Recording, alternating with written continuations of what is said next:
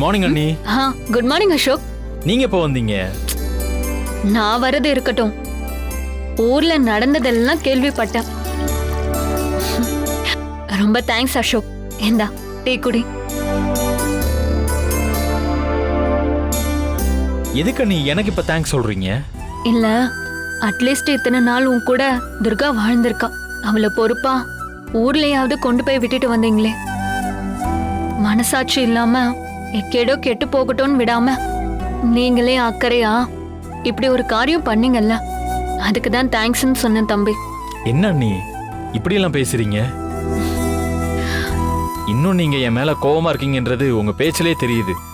ஐயோ, நான் யாரு தம்பி உங்க மேல கோவப்படுறதுக்கு? எனக்கு ஒரே ஒரு சந்தேகம் மட்டும் இருக்கு.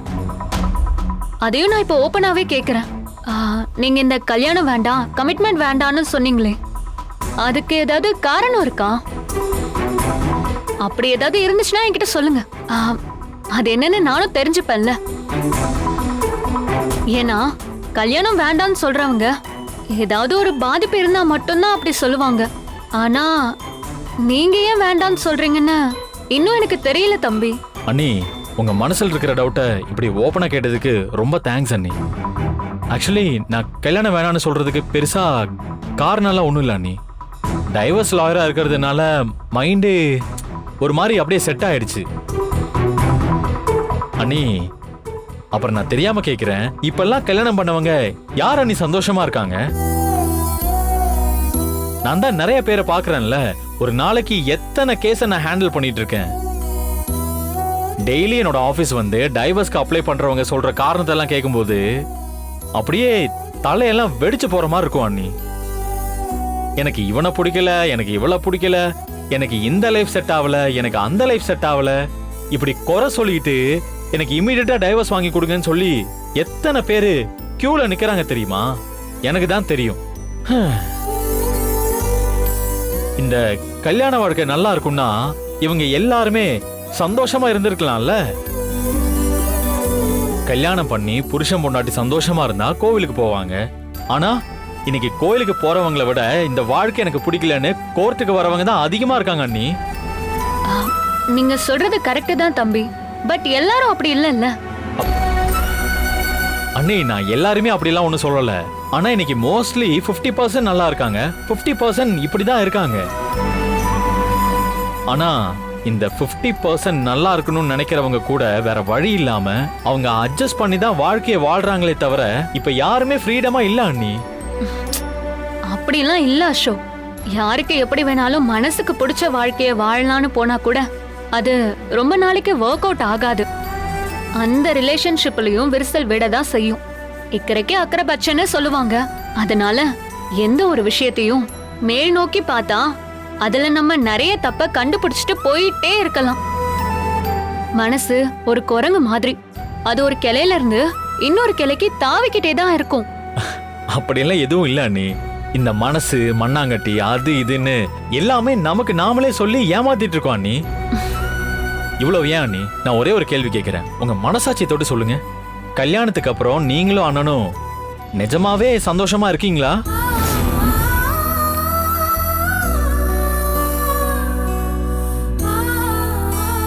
அண்ணி, நான் உங்களை ஹர்ட் பண்றதுக்காக கேட்கல அண்ணி. பாத்தீங்களா அண்ணி, நான் உங்ககிட்ட என்ன கேட்டேன்? நீங்களும் அண்ணனும் சந்தோஷமா இருக்கீங்களான்னு கேட்டேன். அதுக்கு நாங்க சந்தோஷமா தான் இருக்கோம்னு சிரிச்சுக்கிட்டே உங்களால பதில் சொல்ல முடியல. இதுதான் நீங்க இருக்கிற மிகப்பெரிய பிரச்சனையே.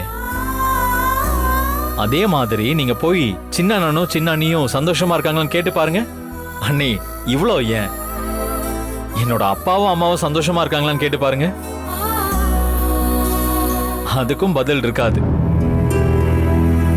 ரொம்ப ஸ்ட்ரெஸ்ஸா இருக்குன்னு என்னோட அப்பா எங்கேயோ போய் 3 மாசம் மீட்டிங்னு ஜாலியா போயிருக்காரு. இப்ப நம்ம வீட்லயே யாரும் சந்தோஷமா இல்லாதப்ப துர்காவை கல்யாணம் பண்ணி நான் மட்டும் எப்படி அண்ணி சந்தோஷமா இருக்க முடியும்? ஏதோ ஒரு ஆக்சிடென்ட்டா எனக்கும் துர்காவுக்கும் கல்யாணம் நடந்துருச்சு. இத்தனை நாளா நான் அவ கூட தானே இருந்தேன். ஆனா என்னால நிம்மதியா இருக்கவே முடியலையே. ஆக்சுவலி அவளை ஒரு நல்ல ஒரு ஃப்ரெண்டா வச்சு பார்க்க முடியுதே தவிர ஒரு வைஃபா என்னால இமேஜின் பண்ணி கூட பார்க்க முடியல. ஊருக்கு ஜாலியா வேடிக்கை பார்க்க வந்தவன நீங்க எல்லாரும் சேர்ந்து எனக்கு கல்யாணம் பண்ணி வச்சிட்டீங்க. அதுக்கப்புறம் நீ தான் அவன் வாழ்க்கையை கெடுத்துன்னு நீங்க கூட என்ன கில்ட்டியா ஃபீல் பண்ண வச்சீங்க. அண்ணி இப்ப கூட சொல்ற அண்ணி, உண்மையிலேயே துர்காவை எனக்கு ரொம்ப ரொம்ப பிடிக்கும். ஒரு வெல்விஷரா, நல்ல ஒரு ஃப்ரெண்டா, அதை தவிர எனக்கு லவ் பண்ற பொண்ணாவோ என்னோட மனைவியாவோ அவளை கொஞ்சம் கூட கற்பனை பண்ணி கூட பார்க்க முடியல. அண்ணி எனக்கு இந்த கல்யாணம் எல்லாம் பிடிக்காது அண்ணி. அது எனக்கு செட்டும் ஆகாது. இப்ப கூட பாருங்க, துர்கா இந்த வீட்ல இல்லாம நான் ரொம்ப சந்தோஷமா தானே இருக்கேன். துர்காவும் அவளோட ஊர்ல ரொம்ப சந்தோஷமா தான் இருப்பா. அதனால துர்கா விஷயத்துல இனிமே நீங்க தேவையில்லாம உங்க மனச போட்டு குழப்பிக்காதீங்க.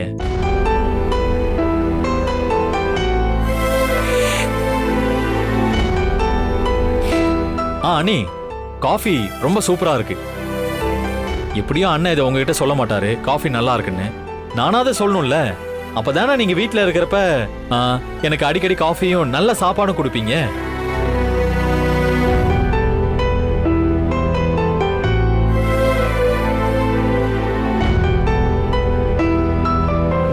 உங்க மனசாட்சி தொட்டு சொல்லுங்க, கல்யாணத்துக்கு அப்புறம் நீங்களும் அண்ணனும் நிஜமாவே சந்தோஷமா இருக்கீங்களா?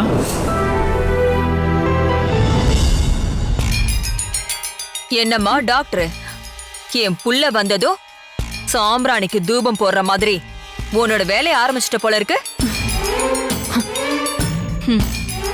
ஏய், அவனே துர்காவை மறந்தா கூட நீ அவளை பத்தி நல்ல விதமா எடுத்து சொல்லி நல்லா இருக்கிறவனோட மனசை கலைச்சி 2 பேரையும் சேர்த்து வைக்கலான்னு பாக்குறியா? அப்படிலாம் ஒன்றும் இல்லை அத்தை. நான் ஏன் அப்படியெல்லாம் பேச போறேன்? அது அவங்களோட பர்சனல். அதுக்குள்ள நான் தலையிட மாட்டேன். ஒரு அண்ணியா என்னோட லிமிட் என்னன்னு எனக்கு நல்லாவே தெரியும். சரி சரி, நீ சொல்றத அப்படியே நான் நம்பிட்டேன். பரவாயில்ல, நீயும் என்னென்னமோ பண்ற. ஆனா இப்ப வரைக்கும் ஒண்ணுமே நடக்க மாட்டேங்குதே. ஆமா அத்தை, வேற என்ன பண்றது? சத்யாக்காவும் தலைகீழ நின்னு 2 பேரையும் சேர்த்து வைக்கணும் தான் நினைக்கிறாங்க. ஆனா அது எதுவுமே நடக்கல. யார் யார் தலையில என்னென்ன எழுதிருக்கோ அதானே நடக்கும். சத்யா, நான் உனக்கு ஒண்ணே ஒண்ணு மட்டும் சொல்லிக்கிறேன். இதுக்கப்புறம் நீ யாரோட விஷயத்திலையும் தலையிடாம நீ உண்டு உன்னோட வேலை உண்டுன்னு இருந்தா உன்னோட வாழ்க்கை ரொம்ப நல்லா இருக்கும். பாத்துக்கோ. அவ்வளவுதான் என்னால சொல்ல முடியும். சரி சரி, நீ சீக்கிரமா கிச்சனுக்கு போ. அங்க பருப்பு எடுத்து வச்சுட்டு வந்திருக்கேன், அதையாவது வேக வை. வேகுதான்னு பாப்போம். அத்தை, இவங்க பருப்பெல்லாம் இந்த வீட்ல வேகாதுன்னு இவங்களுக்கு இன்னும் புரியல பாருங்க. புரியலையா?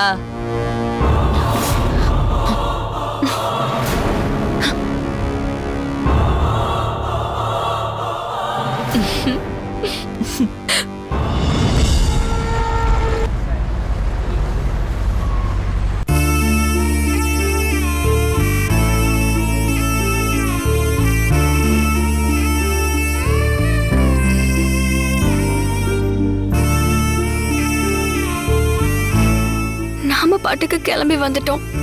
ஆனா எங்க போறதுன்னு தெரியல. நான் எவ்வளவோ சொன்னேன் இங்க வர மாட்டேன்னு. ஆனா கௌரியும் ஊர்ல இருக்கிறவங்க எல்லாரும் சேர்ந்து என்னை இப்படி அனுப்பி வச்சுட்டாங்க. சின்னையா கிட்ட உங்களை நான் எந்த விதத்திலயும் தொந்தரவு பண்ண மாட்டேன்னு சொல்லிட்டேன். இப்போ நம்ம என்ன பண்றது? எங்க போறதுன்னே தெரியல. இவ்ளோ பெரிய ஊர்ல சின்னையாவை தவிர வேற யாரையுமே எனக்கு தெரியாது. இப்போ நம்ம சின்னையா மனசையும் கஷ்டப்படுத்த கூடாது, கௌரியோட மனசையும் கஷ்டப்படுத்த கூடாது. இவங்க எல்லாருமே சந்தோஷமா இருக்கணும்னா அவங்க எல்லார் கஷ்டத்தையும் நான் ஒருத்தி தான் அனுபவிக்கணும். பரவாயில்ல, இது என் சின்னையாக்காகவும் கௌரிக்காகவும் இந்த வலியை நான் சந்தோஷமா ஏத்துக்கிறேன்.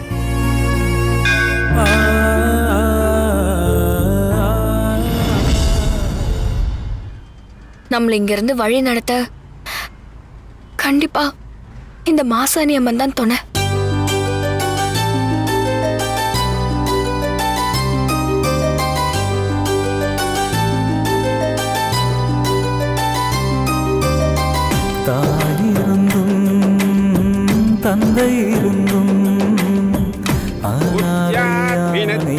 மிந்திகிரீடாம் துங்ககுசாம் நயனத்ரயுக்தாம் ஸ்மயரமுகிம் வரதாங்குசபாசா பீதிகராம் வரபஜே வனசீம். நீரடித்து நீர் விலகாதம்மா, நீ அடித்தால் வலி தாங்காதம்மா. நீரடித்து நீர் விலகாதம்மா, நீ அடித்தால் வலி தாங்காதம்மா. தாயிருந்தும் தந்தை இருந்தும் அனாதையானேனம்மா. உடலை விட்டு உயிர் பிரியும் வேதனை எனக்கேனம்மா.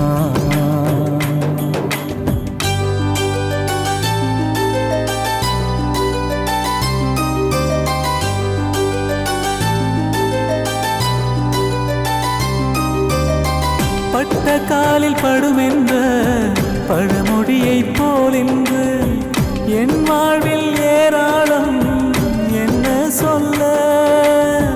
தப்புகளை செய்தவர்க்கும் சிறை என்ற இடமுண்டு. கருவறையை தந்த தாயே கண்ணீரில் விட்டதென்ன, அழுதாலும் கண்ணீர் குறையாதம்மா. பெற்ற கடன் இதுதானா, பதில் சொல்லம்மா. தாயிருந்தும் தந்தை இருந்தும் அனாதையானேனம்மா. உடலை விட்டு உயிர் பிரியும் வேதனை எனக்கேனம்மா. நீரடித்து நீர் விலகாதம்மா, நீ அடித்தால் வலி தாங்காதம்மா. தாயிருந்தும் தந்தை இருந்தும் அனாதையானேனம்மா. உடலை விட்டு. யார் இந்த பொண்ணு? காலையிலிருந்து இங்கே இருக்கு. நேரம் ஆயிடுச்சு, நடவர சாத்த போறோம். ஆனா இன்னும் கிளம்பாம இங்கே உட்கார்ந்துருக்க. சரி, என்னன்னு போய் விசாரிப்போம். அம்மா, நானும் உன்னை காலையிலேருந்து பார்த்துக்கிட்டு இருக்கேன். கோயிலில் அங்கெங்கேயும் சுற்றி வந்து ஏதோ வேண்டிக்கிட்டு இருந்த. என்னாச்சுமா? ஏதாவது பிரச்சனையா? உன் முகம் வேற ரொம்ப வாட்டமா இருக்கு. அதெல்லாம் ஒண்ணு இல்ல சாமி, மனசு சரியில்லை. அதான் கோவிலே கதின்னு வந்து உட்கார்ந்துருக்கேன். ம், அம்மா அப்பா யாராவது இருந்தா அவங்க கிட்ட கஷ்டத்தை சொல்லி அழுதுருப்பேன். ஆனா எனக்குன்னு அப்படி யாரும் இல்ல. அதனாலதான் உள்ள இருக்கிற இந்த அம்மன் கிட்ட என்னோட கஷ்டத்தெல்லாம் சொல்லி அழுதுட்டு போலான்னு வந்தேன். எதுக்கும் கவலைப்படாத தாயி. நீ கும்பிடுற இந்த ஆத்தா உனக்கு துணையா இருப்பா. நீ வேணா பாரு, ஏதோ ஒரு ரூபத்துல வந்து உன்னோட கஷ்டத்தை அவ தீர்த்து வச்சிருவா. இந்தம்மா.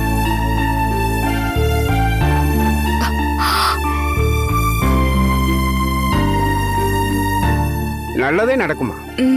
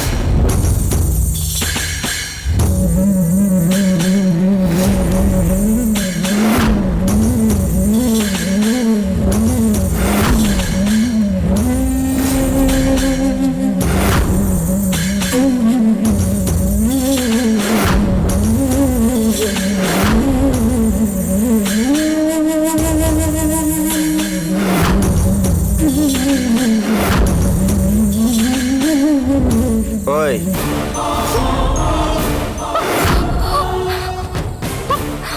இதப்படி இத போட்டுக்கோ. ஏய், எங்க போற? இத போட்டுக்கோ.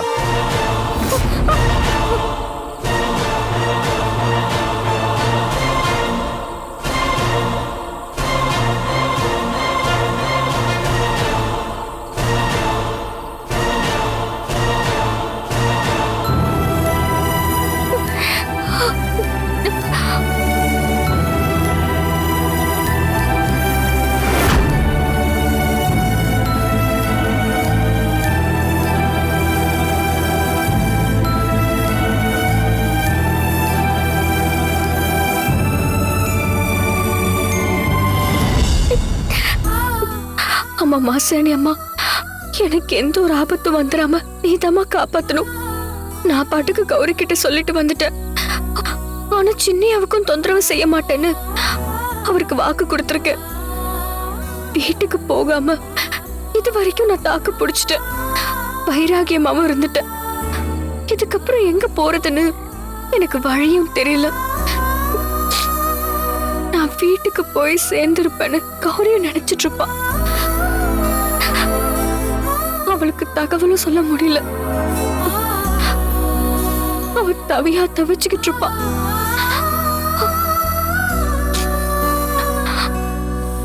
ஒரே தாகமா இருக்கு. பசி வேற வயித்து கிள்ளுது. பக்கத்துல ஏதாவது ஹோட்டலுக்கு போய் சாப்பிடலாமா?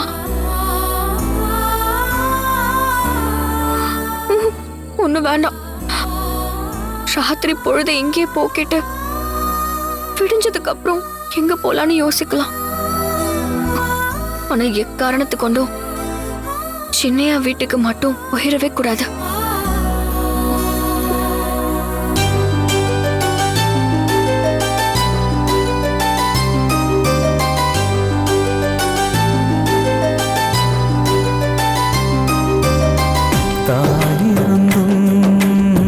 தந்தை இருந்தும் அனாதையானே நம்மா, உடலை விட்டு உயிர் பிரியும் வேதனை எனக்கு நம்மா. நீரடித்து நீர் விலகாதம்மா, நீ அடித்தால் வலி தாங்காதம்மா. நீரடித்து நீர் விலகாதம்மா, நீ அடித்தால் வலி தாங்காதம்மா. தாயிருந்தும் தந்தை இருந்தும் அனாதையானே நம்மா.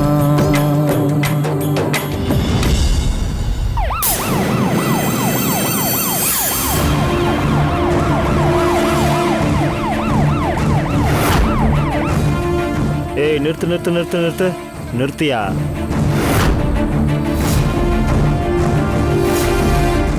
யோ, அந்த பொண்ணு யாருன்னு பாரியா? பாக்குறேன் சார். இந்த நேரத்துல தன்னந்தனியா இங்க எதுக்கு உட்காந்துட்டு இருக்கு? வாயா.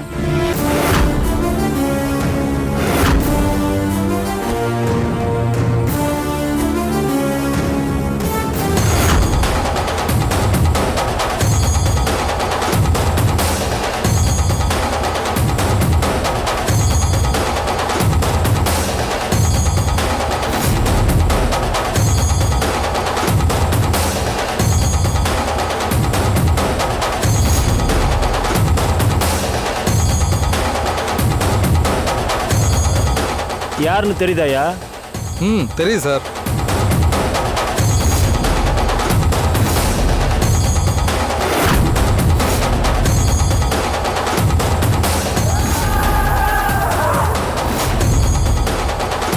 துர்கா கண்ணு,